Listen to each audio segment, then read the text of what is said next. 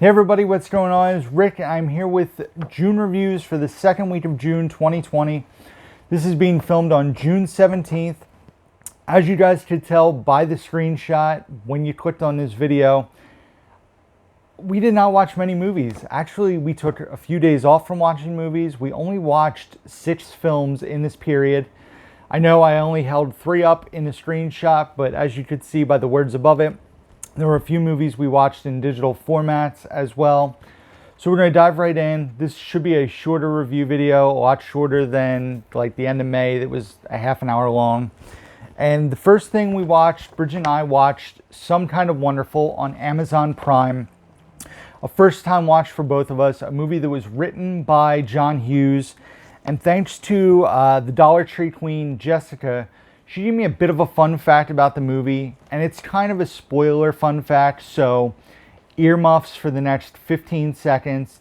But apparently John Hughes wrote this movie after Pretty in Pink came out, and he wasn't happy with the way Pretty in Pink ended. He wrote this movie with that in mind. So knowing that going into the movie, I kept anticipating something to happen, which kind of probably hurt it a little bit.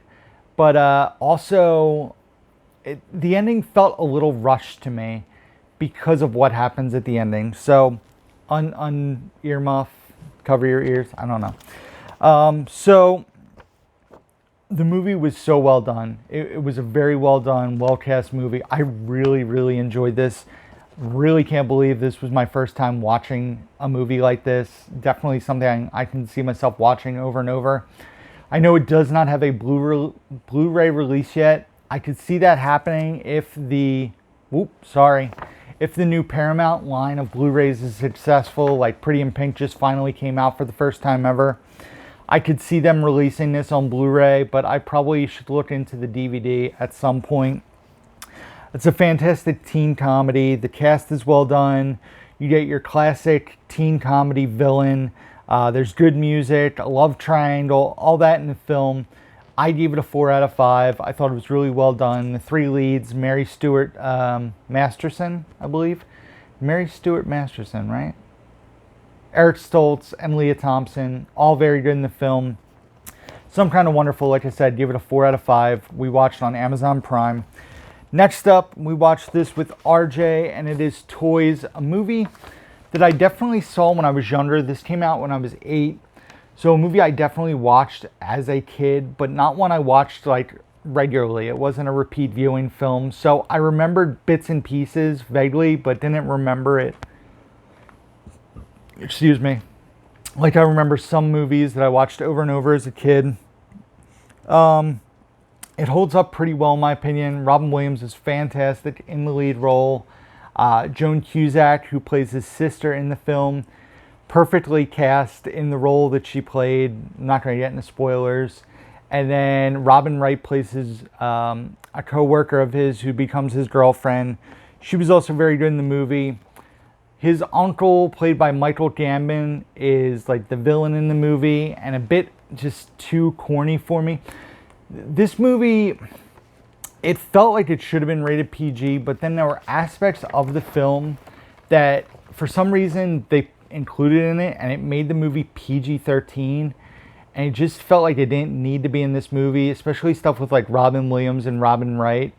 It just felt out of place for what this movie was. I mean, it's about a toy factory, and yeah, there's some darker thematic elements, but still, in my opinion, easily could have been a PG movie. There's also hints of like darker stuff too. I don't know. It does a weird job of like PG versus PG-13, but I enjoyed it. I thought it was very well done. RJ thought it was okay. I give it a 3.5 out of 5. Fun to revisit this after so many years. Next up, I'm gonna hold up this version, but this wasn't the version we watched.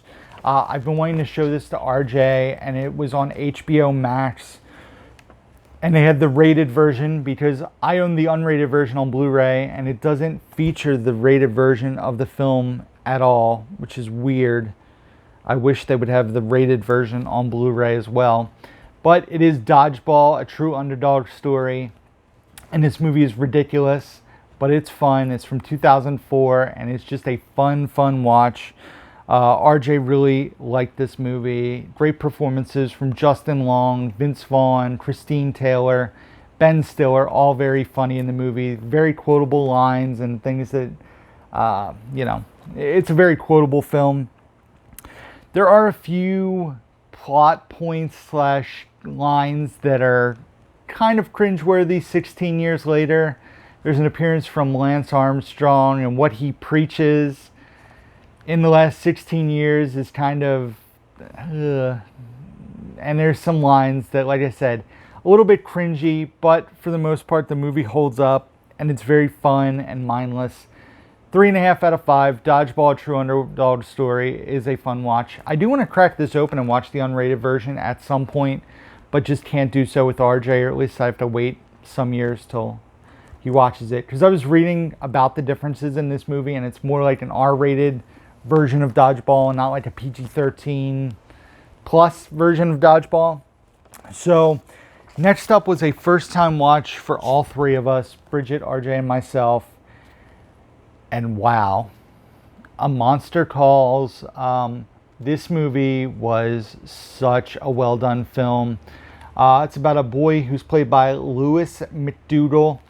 And his mother is terminally ill, who's played by Felicity Jones. And he keeps having these nightmares and dreams about, it's basically about the grieving process and basically dealing with loss and how to cope with losing someone super close to you. So it's a very powerful movie. There's not a lot of humor in this film. It's a very drama-fueled film. Sigourney Weaver plays his grandmother, Felicity Jones' mom, and Liam Neeson voices the monster, the tree. And if you pay attention closely, Bridget and I pieced something together, but it wasn't in the story. But if you look at the pictures in the movie, it ties something pretty cool together. But the movie just has great CGI. There's really cool animation scenes as well, combined with live action stuff. Great performances all around. I really enjoyed it. The movie was a little too much for RJ, who deals with coping issues at the age he's at. So the movie was a little too much for him, but it was very well done. It was a very good film, and I give it a 4 out of 5. Definitely check out A Monster Calls if you have not seen it. I cannot recommend this enough. Next up, we watched... Why didn't I grab it? Sorry, I'm going to hold it up here.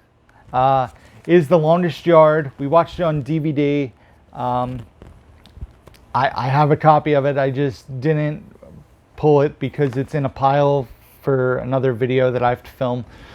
So yeah, The Longest Yard on DVD, the version with Adam Sandler, and this is a movie I have not seen in quite a while as well. And I remember when I saw the movie really enjoying the mix of comedic actors with wrestlers and NFL players.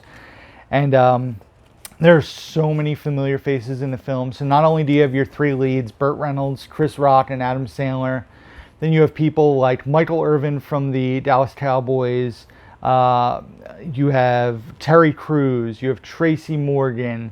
You have Nelly, the rapper. You have Stone Cold Steve Austin. You have Bill Goldberg. You have Kevin Nash. Great Khali. So there's tons of familiar faces. Cloris Leachman is in the film. And the movie holds up really well. Adam Sandler does a fantastic job. Courtney Cox is also in the movie. Adam Sandler does really well in this role.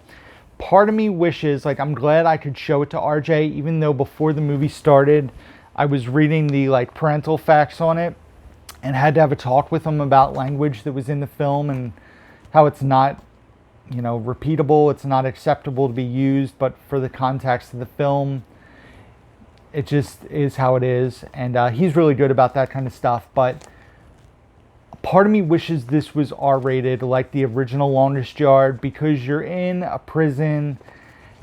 There's stuff going on. There's violence. There's language, but it's toned down to get a PG-13 rating. And I almost think with an R rating that it would have been, I don't know if it would have been as successful, because I think this movie did really well at the box office. But as an R-rated comedy with the cast that was in it, it had real promise to be something like super, super good. But I still like the movie. It's just something like based on what the movie is about and what it's, you know, being in a prison and that kind of thing. Prisoners don't talk PG-13. Prisoners talk rated R.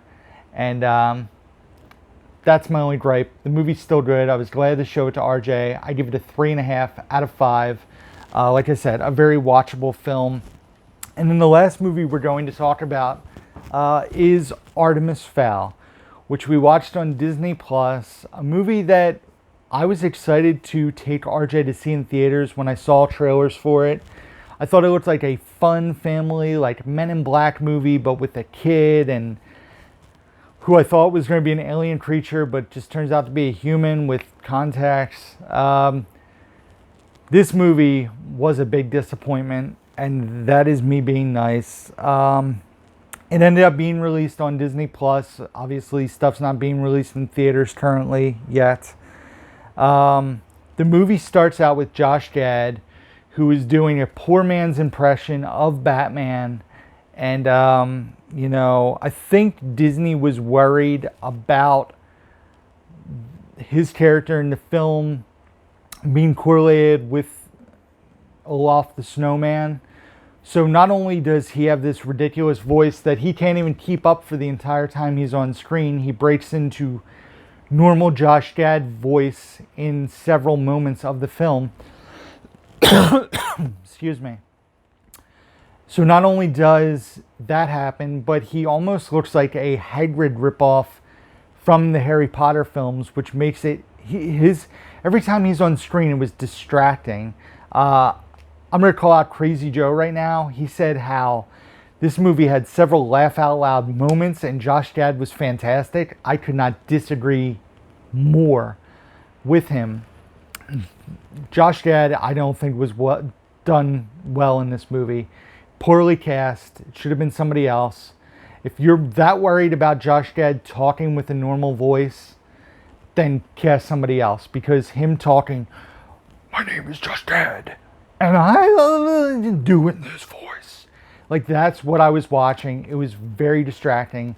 He looked exactly like a poor man's Hagrid, and it was distracting. Then you had the lead actor, Ferdia Shaw, who was in his first film role as Artemis Fowl, and he's horrible. I'm sorry, I know he's a kid actor. I'm just a guy sitting in my living room talking about what I watched. But he was very non-charismatic. It felt like he was reading lines off a cue card the entire movie. And he's just very unlikable too, which doesn't... When you're starting a franchise based on an 8-book series, that creates issues. Then you find out that Colin Farrell shot all his scenes in 3 days. That's worrisome. And the movie comes in, it's only 95 minutes with credits, so it's about an 88-minute film. And they have to combine the first 2 books in the movie. And the movie felt rushed, but at the same time just felt meh. Like the CGI wasn't well done. The story was very choppy, and just 45 minutes in, we're like, what's the point of this movie? RJ was like, it was okay. And usually RJ is like, yeah, it was good. I liked it. And he was like, it was okay. And I'm like, it was not okay. I gave Artemis Fowl a 1 out of 5. Don't spend the time to watch it, in my opinion. There's far better things to watch, like paint dry. It wasn't good. I'm sorry. Artemis Fowl, 1 out of 5. And that's it, guys. 6 movies. And it ended up being, 14 minutes? So, thank you guys for watching. Be sure to give this video a thumbs up if you enjoyed it. Subscribe if you guys don't already. It is much appreciated. Leave a comment down below. Let me know, what have you guys been watching? What do you think of what I watched? Did you guys see Artemis Fowl? Did you think it was a dumpster fire like I did? Let me know down below. Also, check out the description box down below where you can find links to my Facebook, Instagram, Twitter, Blu-ray.com profile, Letterboxd.com, where I rate and review all the movies I watch. my Amazon wish list, where you can buy Down to Movie t-shirts. All that can be found down below, as well as my email address and P.O. box. So that's it, guys. I'm going to get a drink of water and film more videos. And until next time, who's down to movie?